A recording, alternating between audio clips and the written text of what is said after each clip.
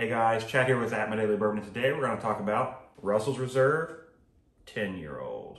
So Russell's Reserve 10-year-old, same Wild Turkey mash bill that we've come to know and love with like 75, 13, 12, but this is a minimal 10-year-old age-dated product. And a great thing about Wild Turkey is everything that they produce, for the most part, not all of it, for the most part, everything they produce is affordable, whether it be Wild Turkey 101, just standard Wild Turkey, Russell's Reserve 10-year, Rare Breed, Kentucky Spirit, and Russell's Reserve Single Barrel. So there have been some price increases because costs are going up, and we all know that. But the great thing about Russell's Reserve 10-year is it's still sub 35, 40 bucks in most places. Here in Kentucky, it's right around 30, 35. It's a 10-year-old Kentucky bourbon, and it's fantastic. I've probably had this bottle for a couple of years now because there was a rumor at some point, and for some reason, people thought this was going away.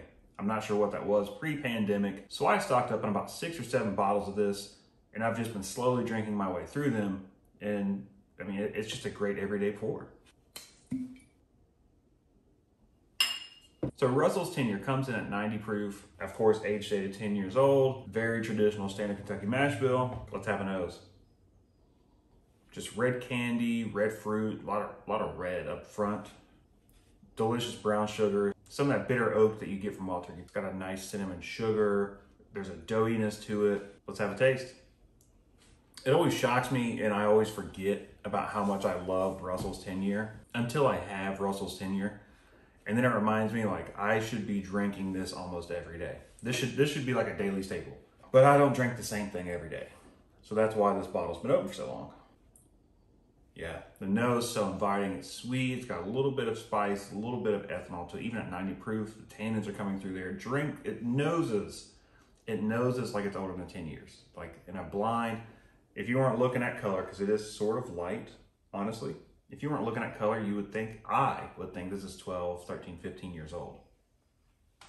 And then the palate is delightful. Same red fruit, brown sugar, cinnamon sugar. It's got a doughiness to it.